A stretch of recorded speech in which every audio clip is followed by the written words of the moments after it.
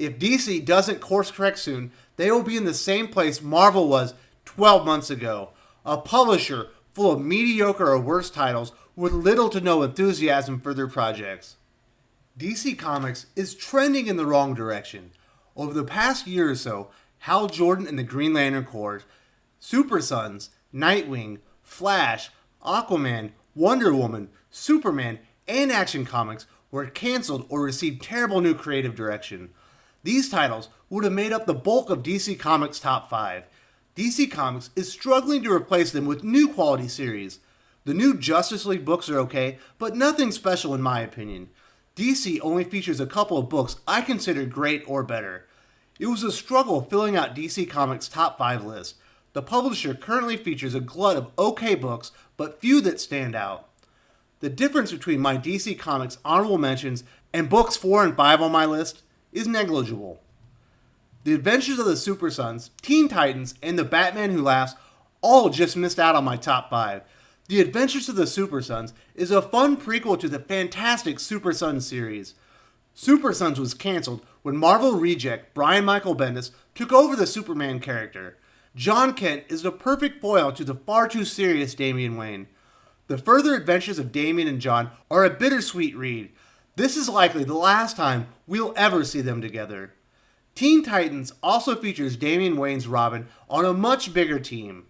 The series recently added several new members. The fabric of the title is team dynamics and conflict. The friendship between overweight Roundhouse and teen speedster Wallace West is the standout of the comic. The Batman Who Laughs spilled directly out of the pages of Scott Snyder's Dark Knight's Metal. The character has a very distinctive look and earned lots of fans. The series is very dark, but still a fun read. The Batman Who Laughs launches the upcoming Batman-Superman series that's the driving force behind the upcoming DC Year of the Villain. DC Comics is being weighed down by incompetent writers on premier character titles. Brian Michael Bendis, Tom King, Kelly Sue DeConnick, and G. Willow Wilson all fought tooth and nail for spots in my dishonorable mentions. Brian Michael Bendis was already well past his sell-by date when DC Comics hired him to an exclusive contract, handing him the keys to Superman and Action Comics.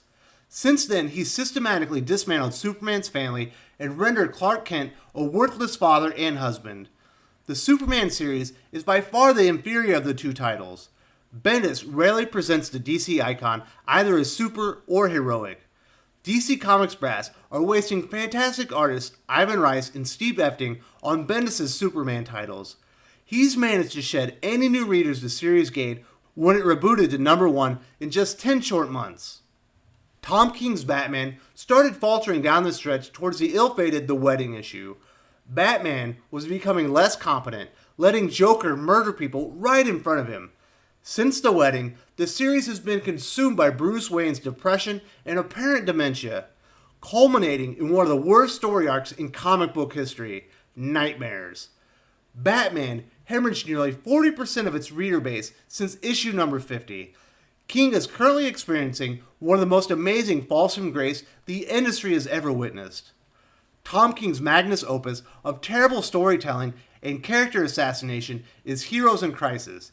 King presented DC Comics a story outline about superheroes dealing with PTSD. DC Comics gave King Wally West's reputation and history to shatter into pieces. He also killed off a handful of other characters Dan Didio and Jim Lee felt needed literal killing in the book. Heroes in Crisis is the most cynical take on mental health I've witnessed since Requiem for a Dream. All it cost DC Comics was a symbol of hope in DC Rebirth.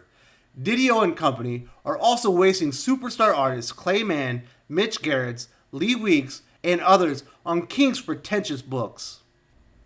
Enough with the worst DC Comics has to offer. Let's get into the good stuff, starting with number 5, one of DC Comics' newest heroes, the Silencer. When Scott Snyder's Dark Knight's Metal ended, DC announced the New Age of Heroes, a masterclass from their best art talent available. That turned out to be nothing more than lip service, but the initiative produced some great books. None better than The Silencer. It suffered from uneven visuals throughout. It burned through 3 artists in only 17 issues. Dan Abnett is one of the most underrated writers in all of comics. there are plenty of people pounding the table for new female characters and characters of color. Enter former assassin, honor guest, aka the Silencer. Silencer is a badass hero who's also a loving wife and mother. Like most other New Age of Hero books, it was initially promoted and then abandoned by DC. The series finishes its run at 18 issues. Hopefully DC Comics finds a place for this terrific character, perhaps in the upcoming event Leviathan. Robert Venditti is my personal favorite writer in all of comics. He leads my number 4 DC Comics series, Freedom Fighters. A series featuring Nazis ruling America on Earth-10 is not something I read in today's heated political climate. Venditti is the only reason I looked at a single page, and I'm glad I did. Veteran Superman artist Eddy Barrows leads the art team, and it's fantastic. The series features some of the boldest visuals of pro-American values in comics today.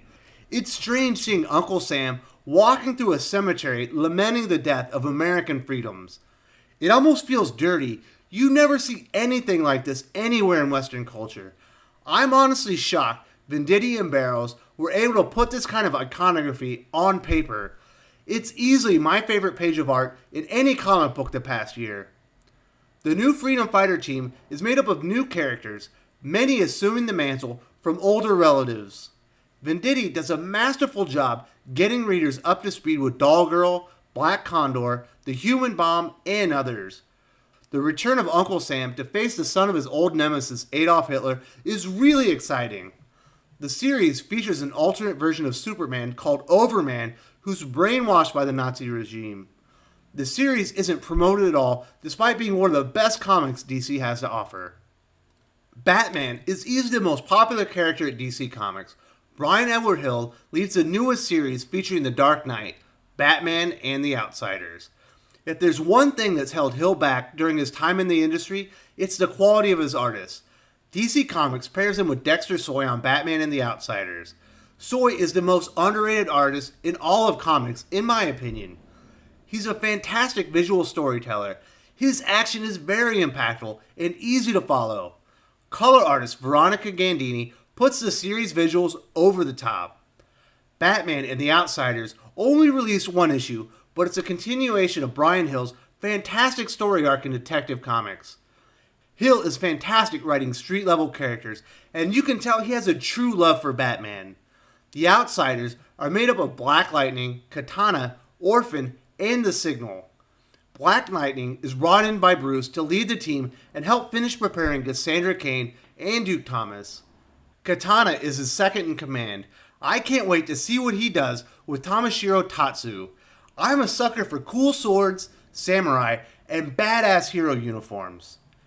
Brian Hill, Dexter Soy, and Veronica Gandini are a terrific creative team. If DC keeps them together, I expect them to be challenging for the number 1 spot very soon. Jeff Johns is one of the most revered writers in modern DC Comics.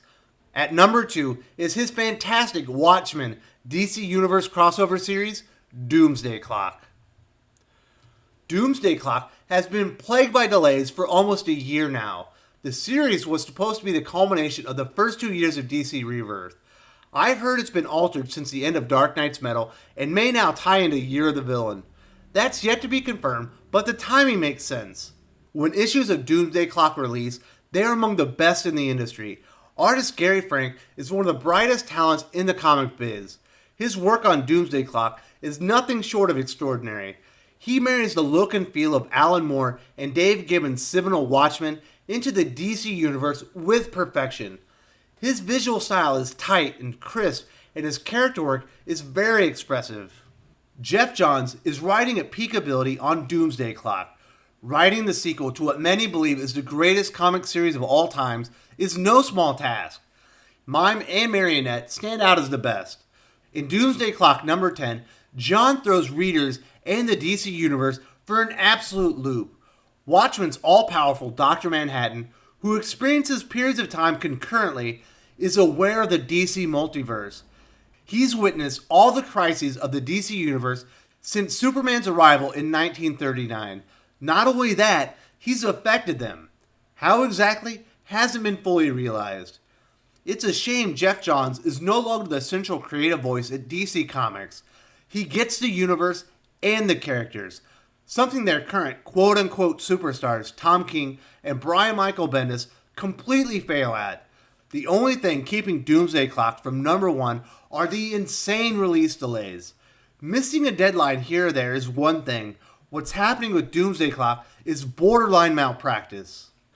DC Comics' #1 book is in the discussion for the best series in all of comics.